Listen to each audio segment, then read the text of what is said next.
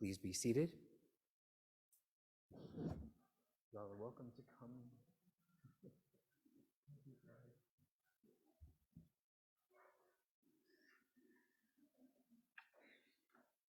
Rabbi Heaps has made mention several times of the program that Scott led this morning with educators in our community.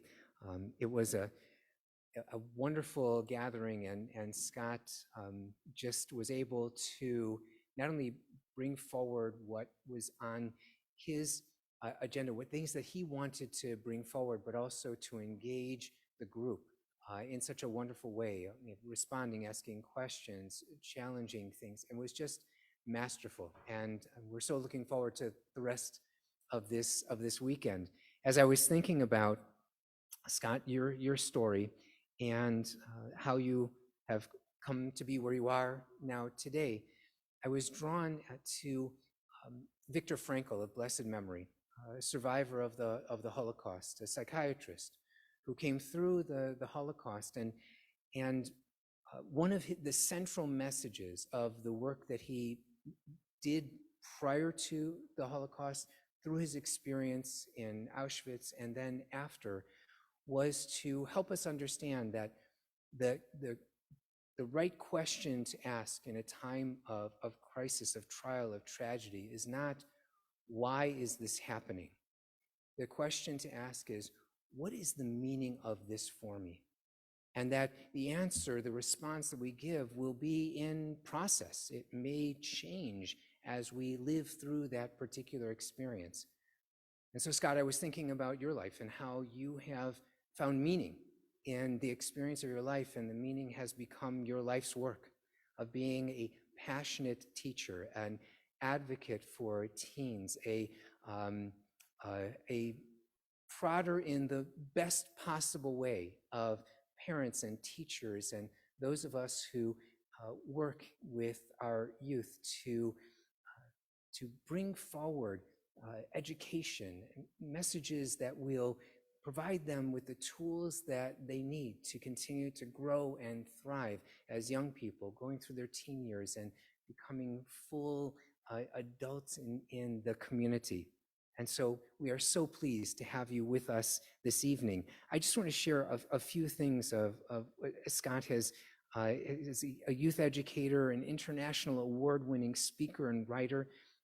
As a person living with HIV for more than 3 decades, he was part of and survived that 20th century pandemic where his HIV/AIDS support group became the inspiration for the Broadway musical Rent.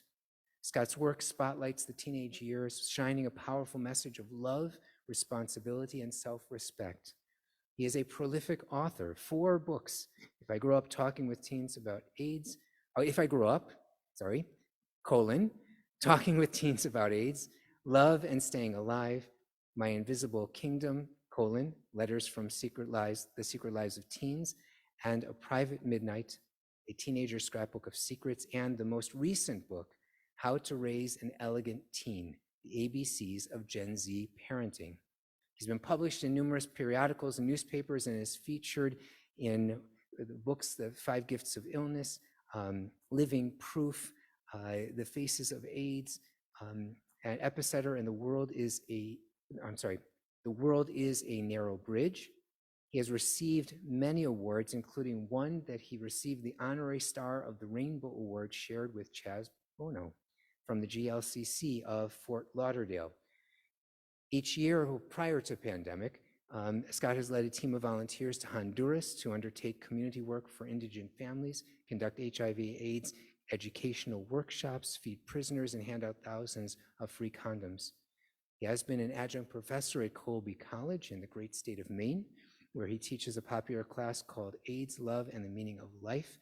Scott lives in New York City with, as you've heard, his coronavirus puppy, and we are so pleased that you have traveled this way along with your puppy, Scott Fried.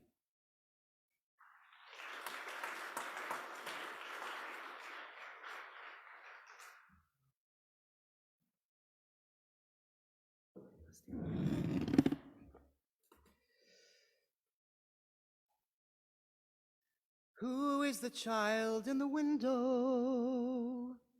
looking out on cold November, waiting and watching for Shabbos.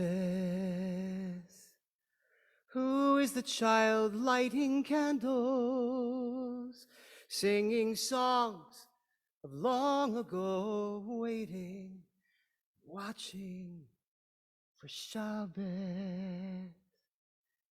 This is Shabbos' child, the child of wonder, Shabbos' child, the child of hope, Shabbos' child, the child in you and me.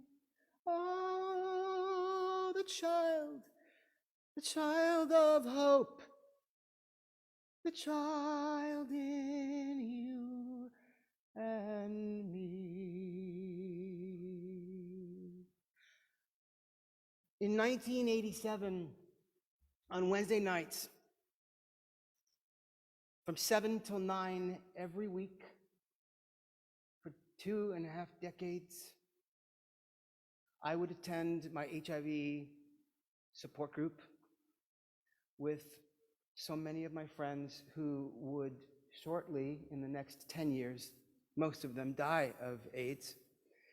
But if we were lucky enough to get to the meeting an hour earlier, we could attend a group called Healing Singing, where we would bring a song, perform it, and the facilitator would say, do it again, and this time be more vulnerable. How can you show us more of who you are with the way you deliver the song? What she was trying to teach us was that healing happens when we stand in the vulnerable, when we allow ourselves to become porous, when we become attractive to others and to God. So one man stood up and he presented his song, Drew. And he brought his song that he wanted to sing that night, and it was a song by Bruce Springsteen from the 1975 album, Born to Run, 7th track. It's called Meeting at the River, or Meeting Across the River. It's also the B-side of the single, Born to Run. And it goes like this. Hey, Eddie, can you lend me a few bucks? And tonight, can you get us a ride? I've got to make it through the tunnel. I've got a meeting with a man on the other side. So it's a story about a kind of an ex-con who's down on his luck and he's trying to make one last final deal.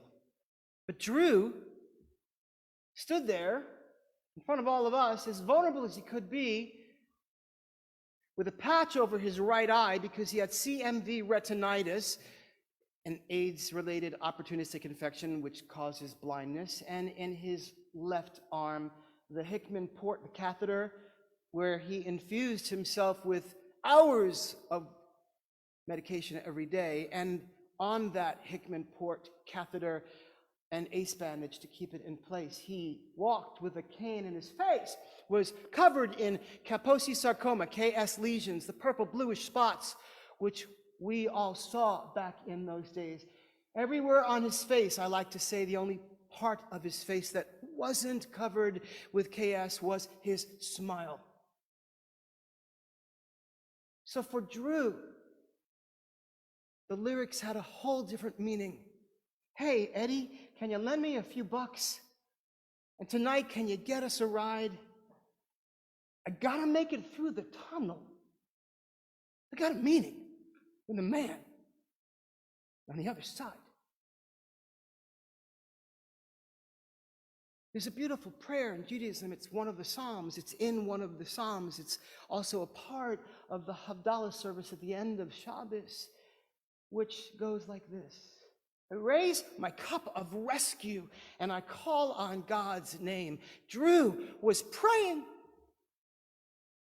He raised his cup of rescue and he was saying with his song, his plaintive cry, fill my cup with your blessings, because I need a miracle. We all need a miracle. Each of us, we can all relate to Drew's prayer. So tonight, I want to talk about praying and the ways that we pray and the different ways and the different types of prayers. And I want to start with a really important one that I think we need to know. Let's start with this one. Because I think that God does answer, if not all, but many of our prayers. Why not pray with this one? Dear God, help me to remember my prayers. Because sometimes I'll speak for myself, but I think you might relate to me if you're like me. I'm so busy asking for something else that I've forgotten that God is already working on the thing I prayed for last week. Help me remember what I've been praying for so that when it arrives, when I arrive to that place where I want to be filled with God's blessings, I remember. I saw a book, or heard a book on NPR called My Life Would Be Perfect If I Lived in That House. So I ordered the book thinking that's a book on prayer, right? I want to live like that. And it turns out it's a book on buying houses, real estate. But I love the title. It's the if only prayer. If only I lived in that house, then my life would be perfect. If only I had all of those things, then I could start living my life. The if only prayer. And then there's the prayer at the Kotel. The Western Wall, the Wailing Wall, the wall of supplication, the wall that we go across to Israel to pray in front of and with our pieces of paper in our pockets with our prayers written there. We stand before this ancient wall like a hotline to heaven, believing that God will hear us and answer our prayers. And I remember visiting the Kotel many, many years ago, descending a staircase, looking out over the plaza on the left-hand side, the sea of black hats and men davening, and on the other side, the right-hand side, the sea of women davening. And on a step above all of those prayers, a student of mine, Jason, said, at this step right here, I like to stop and descend in silence. And I asked Jason, why in silence? And he said, because all those people down there, all those people on the left-hand side and the right-hand side, they're praying. And I like to think that here on this step, as we descend to the plaza, to the Kotel, to offer our prayers on this spot, this is where those prayers that are rising meet us. What would the world be like? What would our lives be like if when we met people, we recognized that in their presence, we are also meeting their prayers? How much more kind would we be, kinder could we be if we considered the fact that they've been praying and we are meeting them in the midst of their prayers, rising?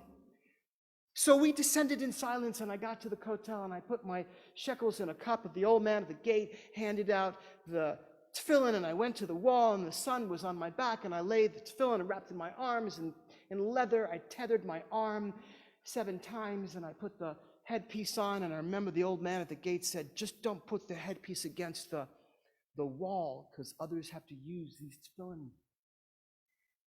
And I looked to the left of me and I saw an Israeli soldier, and he was praying with his prayer book open, but his eyes were closed, and he was shuckling, he was davening, he was chuckling in Yiddish, he was shaking. And to the right of me, I saw a Hasidic Jew with his black shtreimel, his hat, and his black coat, and his payas, and he too had his prayer book open, but his eyes were closed, and these 2 men on the left and the right of me were praying in syncopation to the prayers in their heart, not on the page.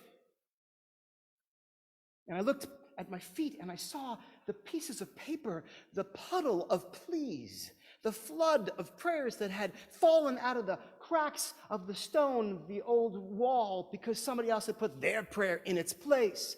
And at my feet, the prayers that didn't make it in. And I remembered mine. I'd come so far with my prayer to say to God, dear God, please don't let me die of AIDS. Please don't let me be a candle in my mother's kitchen on the anniversary of my death. Don't let them make a panel for me in the Names Project AIDS Memorial quilt. dear God, don't let me die. Not now. Not now. Not yet. But I'd forgotten to write it down. So I searched my mind for any prayer that I could think of, and I remembered in that moment what I was taught as a little boy in Kitat Gimel in 3rd grade in Hebrew school, that the Baal Shem Tov, the father of the Hasidic movement, once said, among many things, that you must never make fun of a man or a woman who is praying, especially if they're shuckling, if they're davening as they pray, because it's as if they are drowning. When a person is drowning, their arms are flailing above the water for someone to pull them out. And so too is it when a person is praying. They're drowning in their prayers and they're reaching up for God to pull them out. I raise my cup of rescue and I call on God's name. Fill me with your blessings because I need a miracle. We all need miracles. So I placed my fingers against the stone, the cleft of the rock as it's written in the Bible. And I let the headpiece of my tefillin rest against the wall. And the tears rest in the corners of my eyes. And I prayed the only prayer that was in my heart. Another prayer. Because I think that at the Kotel, there are really only 2 prayers we ever pray.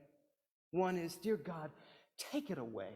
This disease, this loss, this emptiness. Or the other prayer, dear God, bring it back. The innocence, that whom I lost, the hope that I once held. But on this day, with the sun on my back, as I stood before my uncertain future, which is true for all of us when we stand at the Kotel, the sun on our back, we stand in front of an uncertain future. The only prayer I had was, dear God, thank you for the sun on my back and for the soldier on my left and the chassid on my right and the old man at the gate and the shekels in my pocket that clinked in his cup, and for the airplane that will take me back to America, and for the eyes that will meet me at the airport, and the arms that will hold me, and the people I've yet to meet. Tonight, I want to teach you another prayer, a brand new prayer that I learned a few years ago. And in this time of COVID, it is so important that we learn this prayer.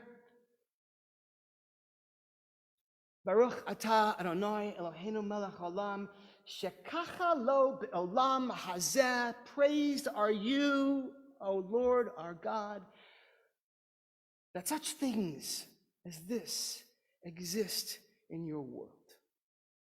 The question I ask you tonight is this. What's the this in the prayer? What's the this that we are so grateful for? Tonight I want to challenge you. I want to challenge you to consider what is right about your life. What here is perfect, because so much isn't. We could call on God's name and ask God to fill us with so many blessings, but what if we were to look inside that cup and realize that it's already filled with something? Think to yourselves, please, what would you add to the list of things about your life for which you are so grateful that exist in God's world? For me, the smell of rain coming through a screen door at the end of August after a sudden summer storm. For me, the color of the light through the curtains at the end of the day when my mom would be in the kitchen frying up some chicken cutlets for Shabbos dinner. For me, the sun on my back as I stand before my uncertain future. For Samson, a teenager in England whom I met many years ago and wrote about in my second book, he writes it this way: it's the cloud of people who drift with me. It's the grass I sit on that rustles beneath, and the warmth that splashes on my skin, and the rivers of blood that rush inside me. There are no words to say my prayer. I will write my prayer with my life. One night in that HIV support group from 7 to 9, after the healing singing group, after Drew sang his Bruce Springsteen prayer, a young man raised his hand and he said, I'm diagnosed with AIDS and I'm dying. And I haven't told my parents, and I'm so scared, and I don't know what to do. And the facilitator said, got it. I think I got it. I think we all heard you, but I have a question for you. So tell me, where's the problem? Not hearing the problem yet. And the young man said, maybe you didn't hear me. So let me repeat. I've been diagnosed with AIDS, and I don't have much time. I know I'm going to die, and I haven't told my parents yet, and I don't know how to do that. I don't know what to do. The facilitator said, yeah, we got that. We heard that. What I'm not hearing, she said, was I'm not hearing the problem. Shekacha lo ba'olam hazeh. What here is perfect? What would it be like if we lived our lives once in a while without so many adjectives? This is the worst year of our lives. This is the best day of my life. What if it's just the year and just the day? What if it's just what it is? What if what's happening right now is exactly what's supposed to happen right now? That famous author Eckhart Tolle, who writes about spirituality and be living in the moment, once said, how do you know that what you're going through is the exact thing you're supposed to be going through? Because you're going through it. Right here, right now. Where's the problem? What here is perfect? What here is exactly as it's supposed to be? I got an email many years ago from the many other emails that I received from a student who wrote some questions to me, but the email address was one long chain of words pushed together, which I thought was, but God is nowhere at AOL or at Hotmail or at Gmail, way before gmail.com. And I was preparing to return his email or her email, and I looked again at the name they'd chosen to represent themselves, their name avatar, and it didn't only just say, but God is nowhere, all smushed together in one long word. If you look at it differently, long enough, it also says, but God is now here. What here is perfect? What here is exactly as it's supposed to be? Where are the moments in our lives when we raise our cup of rescue? But before we do, we also look inside to see that it's already a little filled. We call on God's name for God's blessings because we need miracles, but the miracles exist in the cup already. Here we are. Reverend Kate Wilkinson is a reverend in Provincetown, Pennsylvania, Provincetown, Massachusetts, Provincetown, MA, and Cape Cod. And she's a Universalist Unitarian minister, and she in one of her sermons, she recited this beautiful poem that she wrote, and in it she says, let's live for the life we have, not for the life we want. Not because it doesn't constantly break our hearts, because life does lend its lessons in time, if it hasn't already, but it has for all of us. Life continues to break our hearts, and I thank God every day for the heart in me that breaks, because it helps me understand the hearts of others. And let me say that again. I'm grateful for the heart in me that breaks, because it helps me understand your heart. Because we would say in our support group on Wednesday nights, there's only one of us here. We're all going through it. Reverend Kate Wilkinson said, live for the life you got, not the one you want.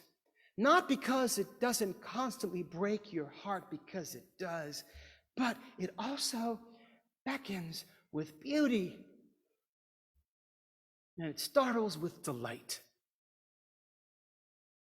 Baruch atah Adonai Eloheinu melech olam, shekacha lo be'olam hazeh. Thank you, God, that such things as this exist in your world, that such things as this beckon with beauty and startle with delight. I raise my cup of rescue. I call on your name. I ask you to fill me with your blessings. I call on you for a miracle. And I also know that my cup is also filled with your miracles already. Shabbat Shalom.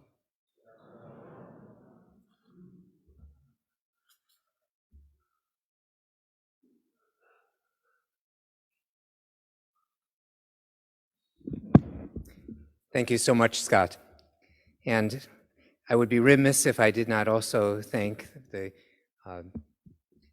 fund that was established for Bill and Norma Brown, that through the generous contributions of family and friends and others allow for us to have these programs that will continue through the weekend. Steve Kleiman, there you are.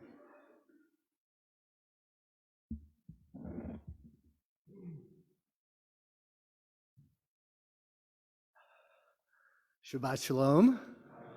I'm Steve Kleiman here on behalf of the Temple Jeremiah Board. That's quite an act to follow.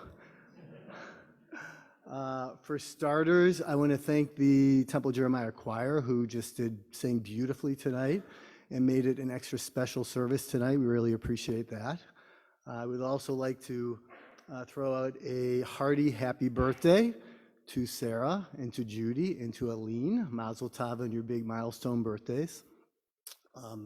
Scott, thanks so much for teaching us a new prayer and thinking about our this and what is going well for us. And that's certainly something that we can think about to help get through COVID in these crazy times. And hopefully COVID's behind us sooner rather than later. And that can help us along the way. We're incredibly grateful to have you here with us as our scholar in residence for the weekend. And this is just a small taste of what's coming. There's a number of other opportunities to hear Scott tomorrow morning at 9:30.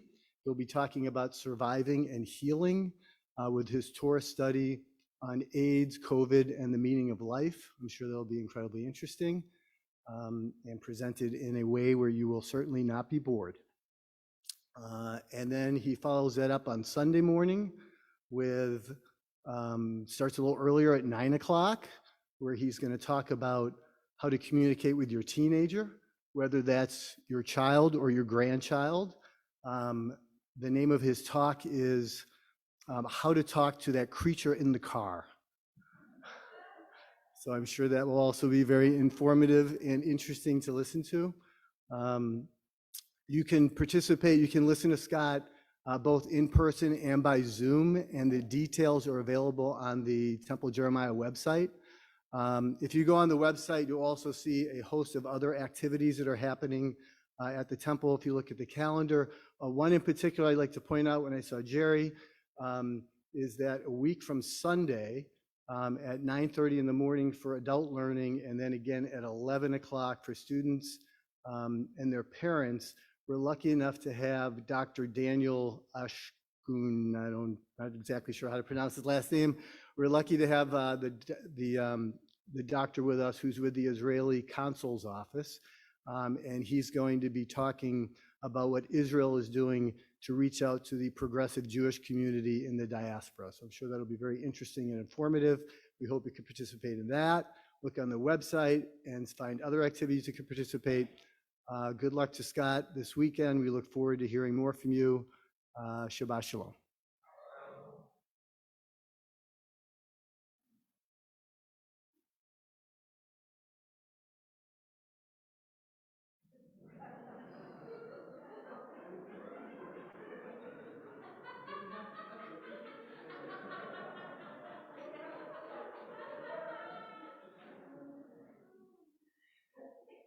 The things they never taught us in rabbinic school.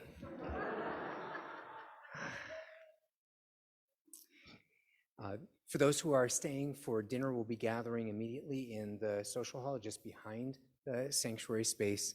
Please rise and remain standing for our closing blessing. Bruchim ayinu bevoenu, bruchim nihiyeh b'tzeitenu. Blessed are we as we gather together to welcome Shabbat, to celebrate together, and to learn and grow together. Blessed may we be from this time and always. Shabbat Shalom.